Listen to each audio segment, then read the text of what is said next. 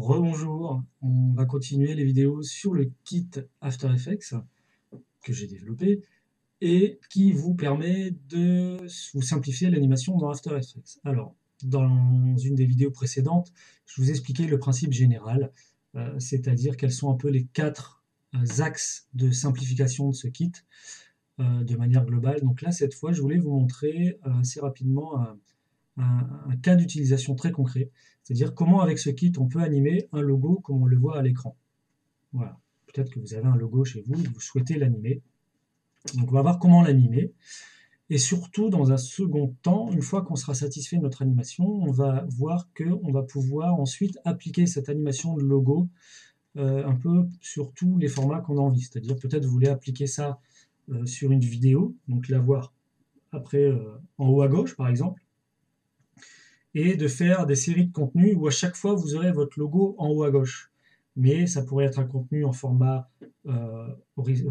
rectangulaire, 16 neuvième, ou des formats carrés, ou des formats bannières beaucoup plus longs, et vous voudriez qu'à chaque fois le logo vienne se placer au bon endroit. Donc le kit permettra aussi, grâce aux fonctionnalités responsives, de répondre à cela. Donc dans un premier temps, on va quand même animer le logo.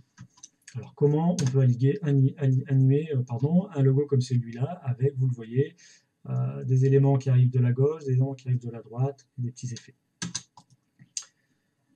Alors je rouvre la scène depuis le départ. Donc, en fait, ce logo, je ne l'ai pas créé, c'est un logo que j'ai récupéré chez FreePic. Et donc il est composé de 4 éléments, de 2 courbes et de 2 cercles, un jaune et un bleu. Donc ces 4 éléments-là, on les retrouve dans ma scène After Effects sous forme de 4 calques, tout simplement. Je vais les renommer pour y voir un peu plus clair. Donc ça, c'est celui du bas, ça, c'est celui du haut, ça, c'est le cercle jaune, et ici, j'ai le cercle bleu. Bon, on n'a pas d'animation. Disons qu'on veut une animation qui dure 4 secondes. Donc je vais prendre mes éléments et je vais les faire durer 4 secondes. Donc on voit qu'ici, il suffit visuellement de placer l'élément d'entrée, l'élément de sortie là où on veut. Donc je veux que l'élément d'entrée démarre à 0 et que l'élément de sortie termine à 4 secondes. Donc voilà ce que je fais. Actuellement, je n'ai pas d'animation. Donc très rapidement, pour mettre une animation, on va appliquer un des presets du kit. En l'occurrence, ici, il s'appelle Shape In Out et je vais leur appliquer à tous. En un clic, il s'est appliqué sur les 4. Vous voyez que les 4 ont la même interface désormais de manipulation. Donc là, en fait, on a déjà une animation d'appliquer, on va voir laquelle elle est. Voilà, actuellement, on a cette animation.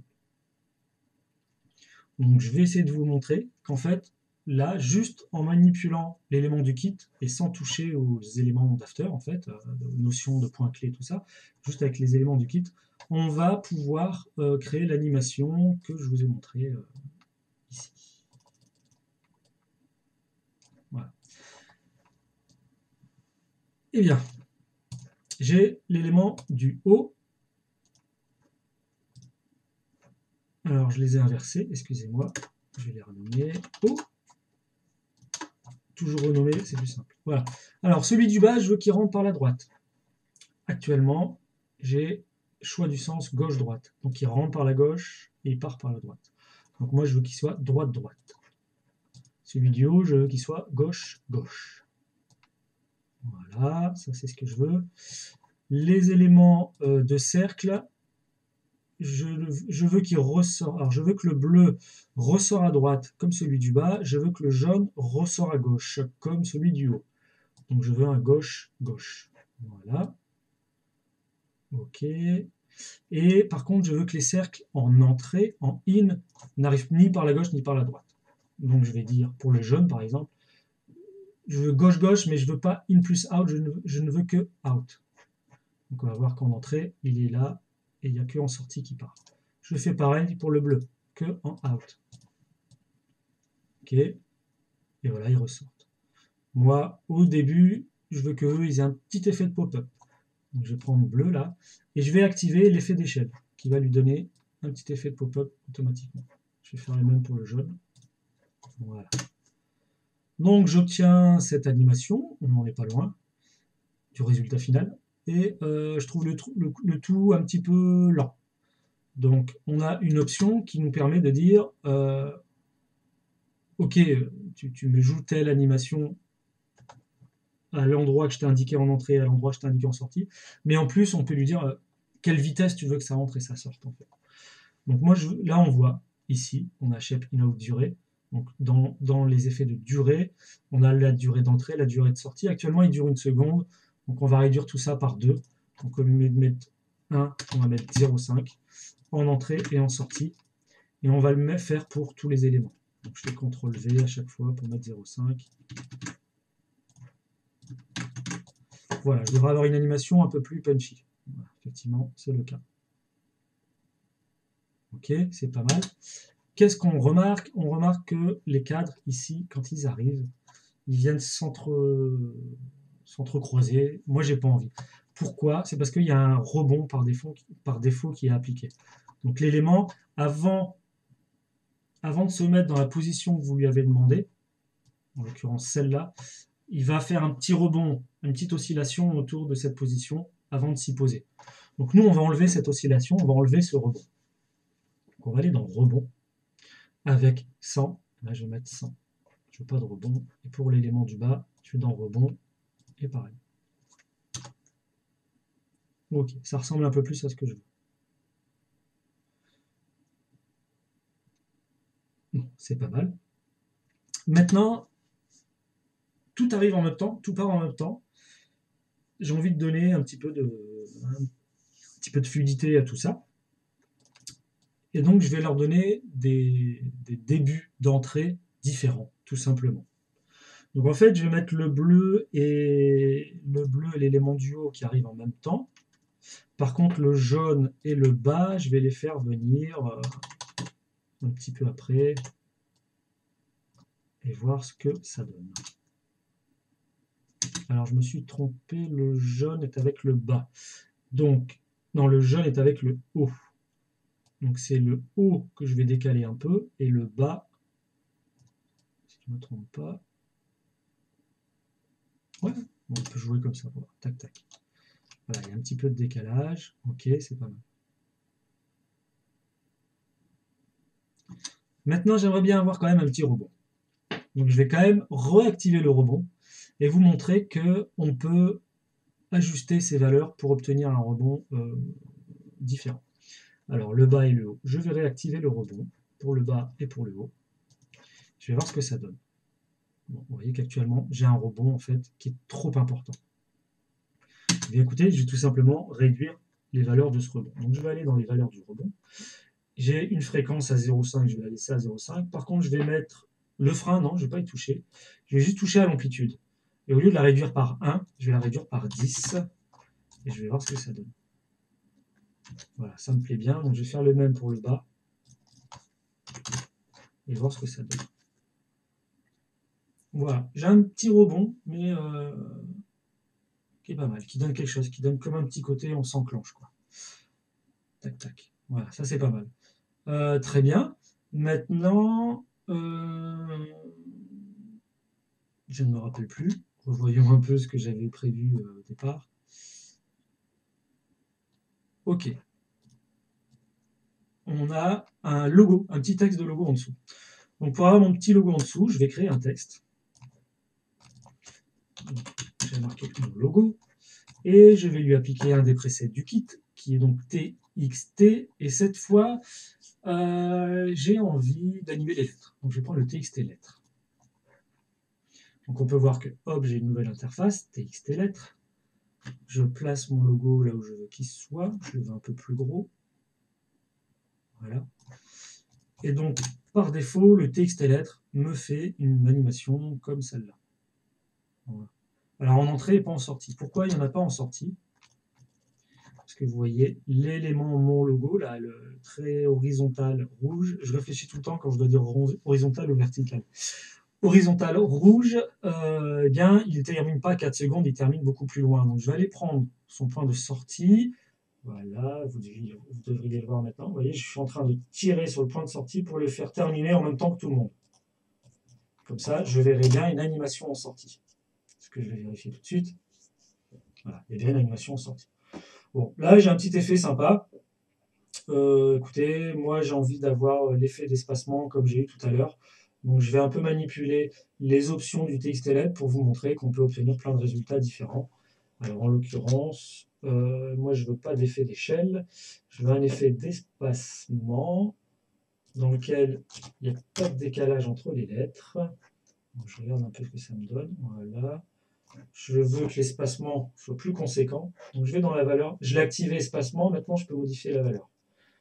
En in et en out. Je vais mettre 100 en in.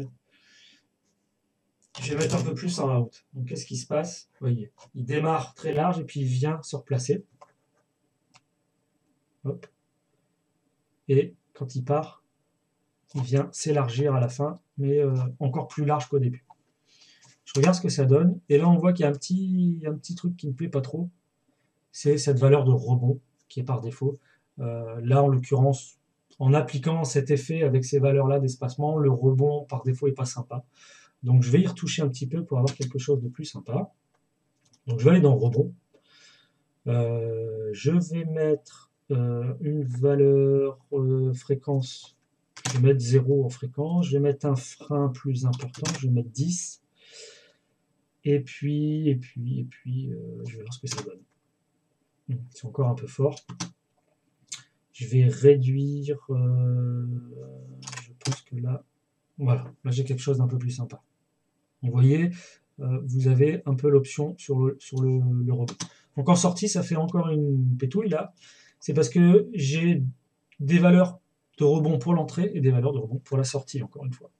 Donc la valeur de rebond pour la sortie, en fait, j'ai appelé ça anticipation. C'est un rebond à l'envers. Au lieu que l'élastique, en fait, vous allez voir qu'avant de s'élargir, il va se rétrécir, puis il va s'élargir. Ça va vous donner un petit côté sympa.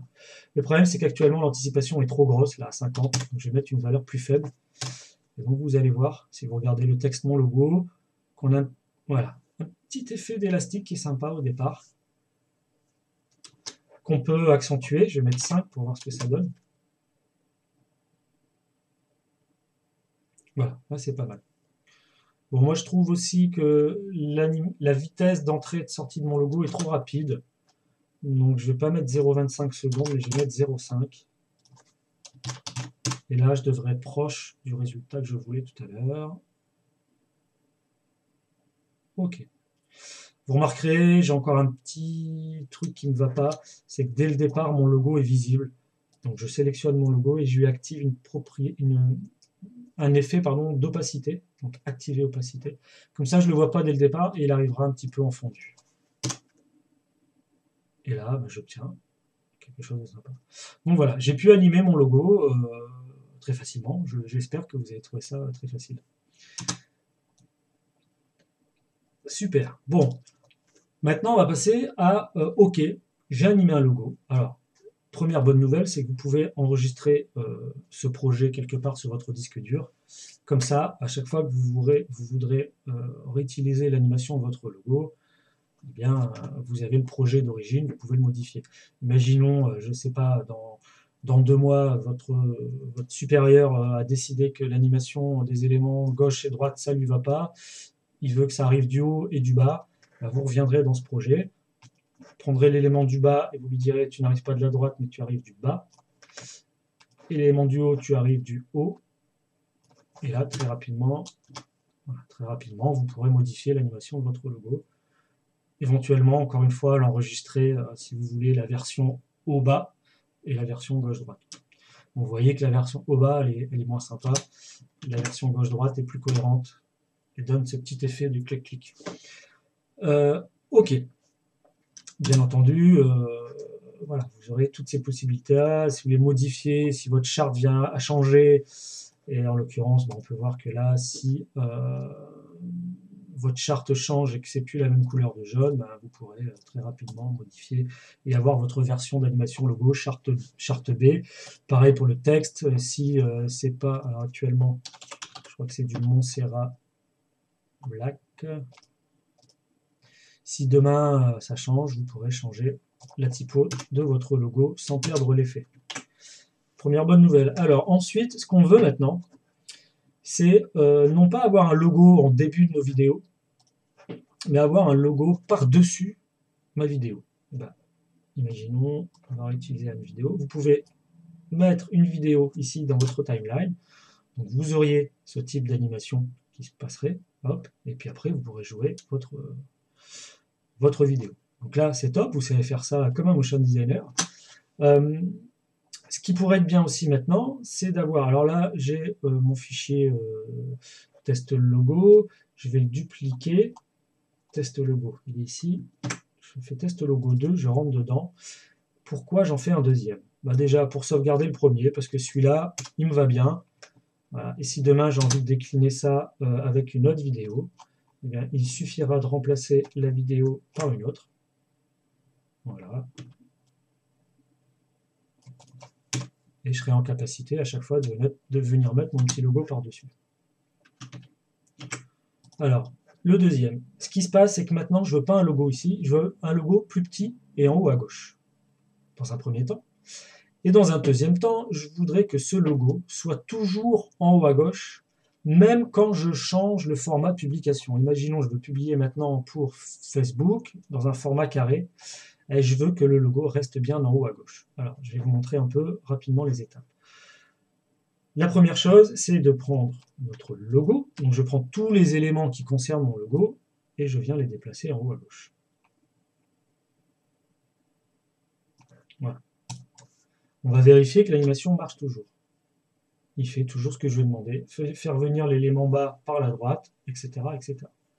Alors, ce qui se passe à ce moment-là, c'est qu'on se rend compte que c'est un peu moins sympa le fait que le gros morceau arrive ici par-dessus la vidéo. Et donc, grâce à Skit, vous allez pouvoir faire rapidement des petites modifications. Et disons que toute cette partie-là me va bien, mais que le gris, là, je ne veux pas qu'il arrive complètement au bord de ma zone, parce qu'il me fait un trop grand mouvement, comparé à lui qui fait un tout petit mouvement. Quand je dis petit mouvement, c'est que cet élément, il est au départ, pardon, au départ il est ici, et puis il va juste devoir faire un petit déplacement pour arriver là, que lui, il traverse tout l'écran. Donc, je vais aller sur l'élément du bas. Au départ, on voit qu'il est ici. Et bien, j'ai une petite option, position, décalé de combien en in, décalé de combien en out. Donc, tout simplement, ça vous pose la question de combien vous voulez décaler votre élément dans l'animation. Donc là, j'ai la possibilité de lui dire, ne démarre pas du bord de ma zone de travail, mais avec un petit décalage. Donc, moi, je veux qu'il soit plus à gauche qu'actuellement. Donc, c'est la valeur en X horizontale que je vais modifier. Donc ici, je peux slider et essayer. Voilà. Donc, effectivement, moi, je veux qu'il démarre de là. On va mettre moins 1600. Et voir ce que ça donne. Voilà, ça sera plus sympa. Donc, pareil, je veux qu'en sortie, il ne sorte pas aussi loin. Donc, je veux aussi qu'en sortie, il soit décalé de la même valeur. Donc, on aurait ça. Et voilà. Bon, maintenant, encore comme tout à l'heure, ce qui serait sympa, c'est que lui, il y a un petit fondu dessus. Donc, je vais lui appliquer une valeur d'opacité. Voilà. Bon, voilà. Donc là, alors pareil, encore une fois, le bleu s'en va. Donc le bleu, je vais aussi le décaler. Donc je ne veux pas qu'il sorte aussi loin. Donc je vais lui décaler sa position. On va mettre ici 1460 en sortie. Donc en entrée, il est là, et je veux qu'en sortie, voilà, il suit. Grâce à ça, il permet de suivre l'élément du bas. On regarde encore une fois ce qui se passe. Voilà, super. Alors mon logo, je vais le décaler un peu dans le temps. Donc, vous voyez, il y a le texte. Moi, je voudrais d'abord que les pictogrammes arrivent et ensuite le texte arrive un petit peu en décalé. Donc je ne vais pas le faire démarrer à 0, je vais le faire démarrer un petit peu après. Voilà, c'est plus sympa. Et je voudrais aussi qu'il parte un petit peu avant les autres. Donc je les fais sortir un petit peu plus tôt. Voilà, super. Je vérifie. Ok, ça c'est ce que je veux. Maintenant, il y a deux choses qui me dérangent. Une première chose, c'est qu'il est trop gros. Donc je vais vouloir le rétrécir. je pourrais prendre tous les éléments, pardon, et les réduire de cette manière-là, mais on voit que ça ne peut pas marcher de cette manière-là. Donc pour réduire la taille de plusieurs éléments en même temps, on va utiliser une petite astuce qui est de créer un objet nul. Je vais rapidement là-dessus, ça ne fait pas partie du kit, c'est une notion d'after qui est intéressante de connaître. Donc je crée un objet nul, je relie mes 4 éléments à l'objet nul, et je réduis la taille de l'objet nul. Comme ça me permet de réduire tout mon logo en un coup. Je vais mettre, voilà. Il est là. Maintenant, j'enlève l'objet nul, et je vérifie que l'animation est toujours bonne. Il a bien gardé ce que je lui ai dit, l'élément du haut rentre par la gauche, l'élément du bas rentre par la droite. Voilà. Ça, c'est génial, c'est ce que je veux. J'ai pu le faire rapidement quand même avec cette petite astuce. La dernière chose qu'on va voir, c'est quoi ce côté responsive. Eh bien, si je change le format de cette image. Actuellement, j'ai une vidéo en format 16/9, qui est donc du 1920 par 1080. Imaginons que j'ai un format carré, avec la hauteur égale à la largeur. Donc, je vais mettre la même valeur, 1080. Et j'espère que le logo, puisque je lui ai demandé d'être en haut à gauche, il reste en haut à gauche. Sauf que non, il ne reste pas. Et pourquoi il ne reste pas? Parce que par défaut, ça ne se fait pas tout seul. Et moi, je l'ai automatisé. Mais pour que ça marche, il va falloir lui dire, là, ici, dans le responsive, il va falloir lui dire qu'on veut que quand on modifie, quand on fait du responsive, il reste en haut à gauche, ou en bas à droite, etc. Donc en l'occurrence, nous, on le voudra en haut à gauche. Donc ça, c'est la possibilité qui est offerte avec ce kit, c'est de prendre un élément et de lui dire, je veux que tu sois toujours en haut, alors pardon, je suis perdu, en haut à gauche, voilà, gauche et haut. Cette valeur de responsive haut et gauche, je l'avais aussi pour le jaune, je l'avais aussi pour le bleu, et je l'avais aussi pour l'élément bas. Bon, on voit que tout est en train de disparaître, mon Dieu. En fait, ils sont partis un peu à gauche, ici. Comment je fais pour les retrouver? Tout simplement, je les reprends et je les redécale. Donc, je les repositionne. Voilà. Donc là, on voit que mon animation n'a pas été perdue, malgré que j'ai un peu tout déplacé. Il n'y a pas de problème, l'animation, elle n'est pas perdue, elle est toujours là. Par contre, on va voir maintenant que quand je vais modifier la valeur de la taille de mon image, eh ben, il va bien rester en haut à gauche. On va refaire la même manip que tout à l'heure et mettre 1080 par 1080. Et on va voir que là, le logo, cette fois, il vient bien se placer en haut à gauche. Et que si j'avais un format de bannière beaucoup plus large, il ira toujours en haut à gauche avec la petite valeur que je lui ai mis. Et ça, c'est peut-être rien pour vous, mais pour lui, ça veut dire beaucoup. Hein, vous connaissez la chanson.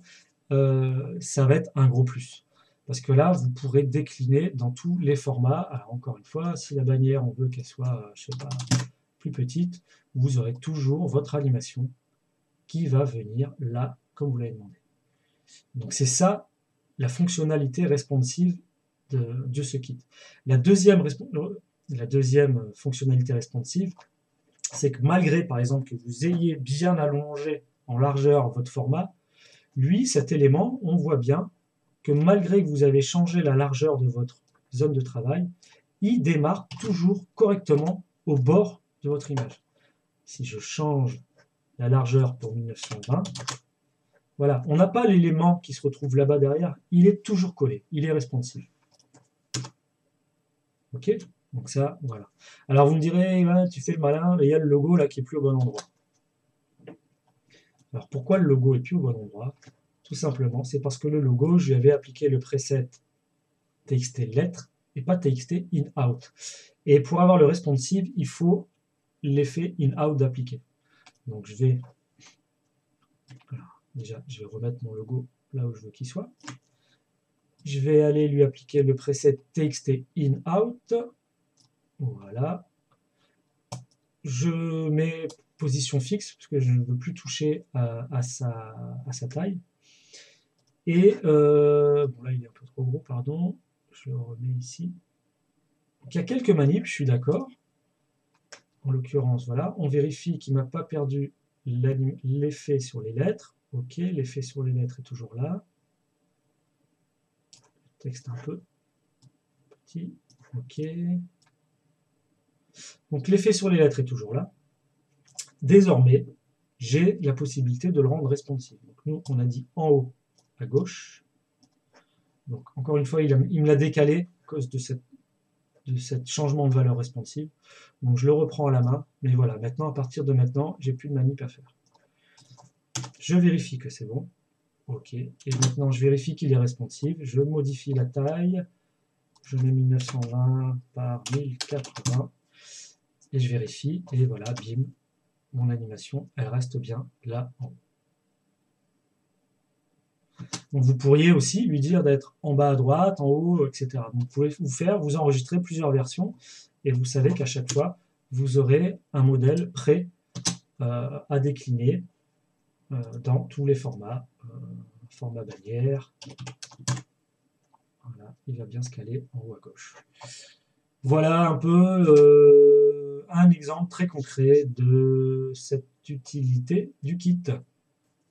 Voilà, j'espère que ça vous a plu et je vous dis à la prochaine dès qu'une nouvelle vidéo sera faite. Voilà, bonne journée.